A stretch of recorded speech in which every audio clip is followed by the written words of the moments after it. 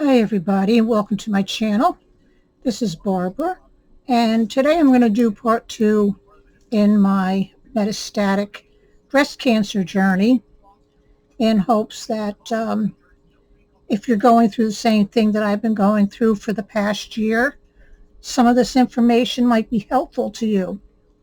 From this point on, I'm going to try to keep the videos at about 15 minutes or less.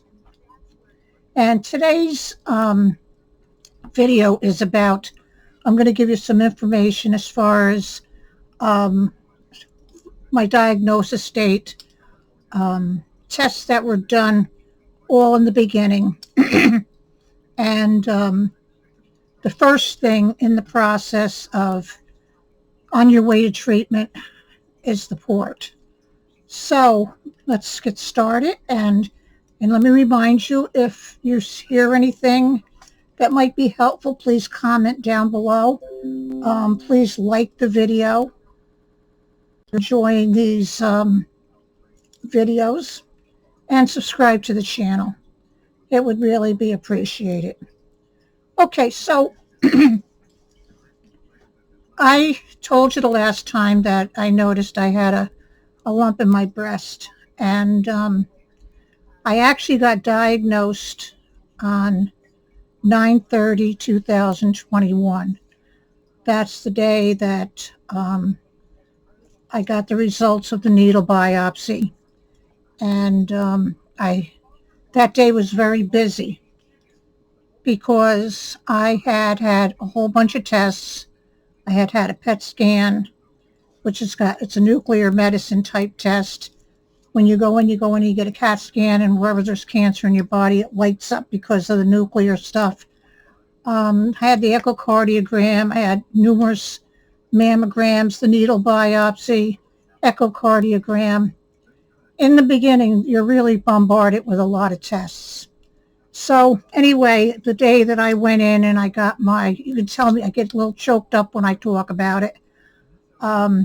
It's kind of overwhelming when you actually hear the news. And don't be alarmed, because they're actually throwing a lot of stuff at you at one time. And it's a lot to take in. And you're kind of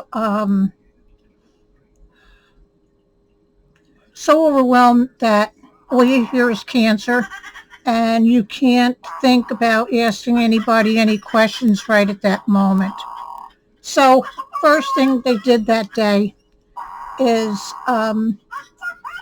I saw a breast surgeon. Well, I saw my doctor, my primary care doctor. Then I saw a breast surgeon. And then I saw who was going to be my oncologist. And then I saw an assistant to my oncologist.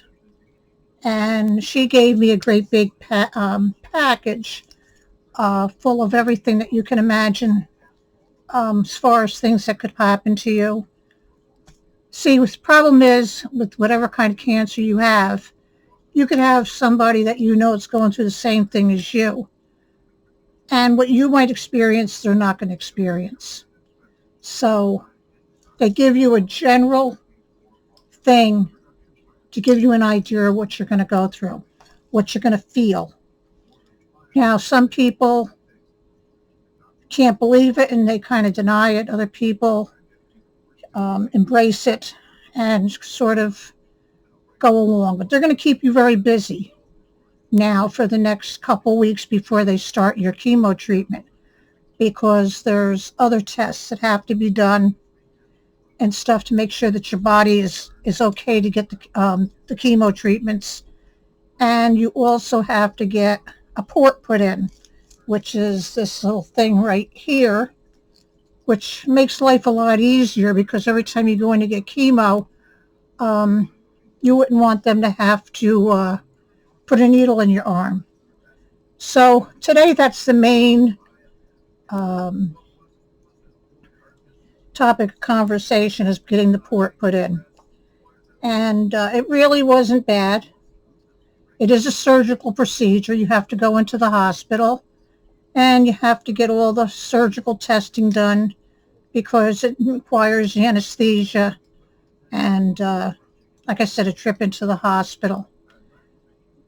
But I was in and out of there, I think by 2 o'clock or 3 o'clock that day, and equipped with this great port. And like I had said to you earlier, I would have had this done a little bit sooner, but the doctor that was going to put it in initially passed away. So it seemed like with my journey, there was a lot of things that happened that you didn't expect to happen. And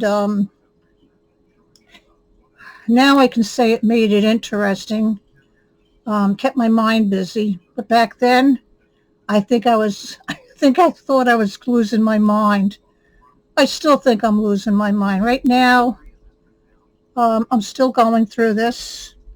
And right now I'm going through a tough time with my nerves. So, and of course, I just had a treatment last week, so I'm going through all the side effects from the treatment.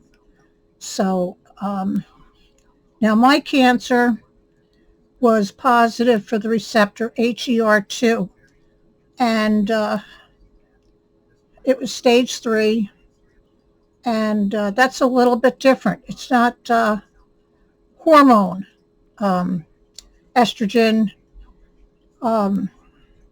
positive. So that's why I'm still going through treatment, because there's another set of drugs that they give you for a year after you finish the chemo. So anyway, when you get to the hospital to have the port put in, it's just like any other surgery.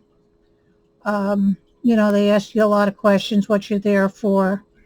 And you go to the doctors. I had to go to the surgeon before this, and he explained. They had a diagram there and pictures to show you what this does, and they can put it here, or sometimes they can put it in here.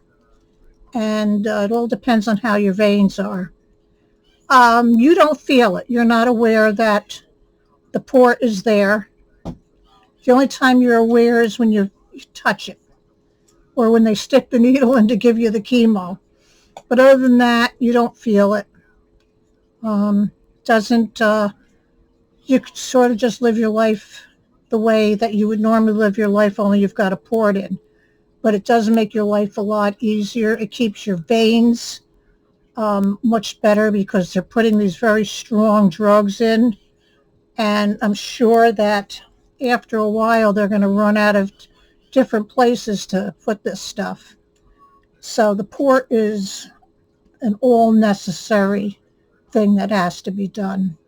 So once you get your port, then in fact my chemo was set up for me already. I think I got my port put in, and I think it was like 3 days later or 4 days later that I got my first chemo treatment. When you get your cancer diagnosis, they want to do everything as quick as possible, especially with me, because my cancer had grown so quickly and was so aggressive, and also because of the type of cancer that I had. Next time that I talk to you, I'll probably go over what to expect when you get chemo. My doctor was very good. Before he even started, he gave me a whole bunch of different kinds of drugs to help with the nausea. So, and they were drugs that once you got the treatment, you started them right away. And you might have felt a little nauseous, but I can't. In the first 4 treatments, which were every 3 weeks apart, which were the hardest treatments. I don't think I threw up. I think that I just, I felt nauseous. And I didn't feel nauseous in the very beginning when I took the drugs for the first 3 days like they're prescribed. And then after that, you have another drug that you take as needed. And sometimes you try to go without taking it, figuring you didn't need it, but you do. So anyway, that is about what I'm going to talk about today. I know I've left some things out. So if you can think of anything, if you're in this position right now where you're about at this stage and you could think of anything that you'd like to ask me, my email will be down below. You can also post a comment, and I will try to get back to you as soon as I possibly can, because I know how important it is when you don't know what is going on. Through all these videos, you're going to see me wearing a lot of different hair. And, but yes, it's still me. I'm still having fun with my wigs, and it's keeps things interesting, and it keeps things positive, because I've got, but I think I told you already, right here in the front, I have very little. So I'm still wearing the wigs. So don't be surprised if you come in one day and I'm gray.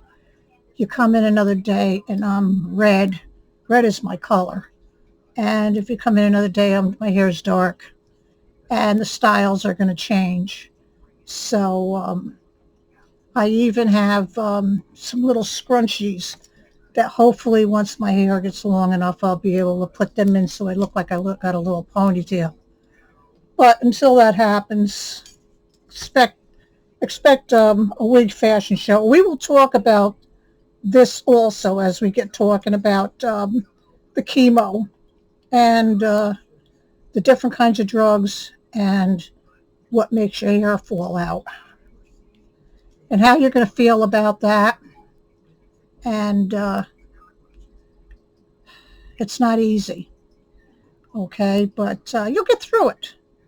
So anyway, everybody, I know that this is one of the hardest things that I ever went through, and I'm going through still. And I know for many others it is also. So just keep your chin up. Don't be afraid to ask me questions. If I can help with one little thing, that will make all the difference in the world. So anyway, I'm going to try to get these at least once a week, maybe sometimes twice a week. So you'll have more information. All right, everybody, you take care, and we will talk soon. And I will pray for everybody. I know there's a lot of us out there that are going through this journey together. And I have people praying for me. So I say a silent prayer for others to help them get through their journey. Okay, everybody, take care. God bless.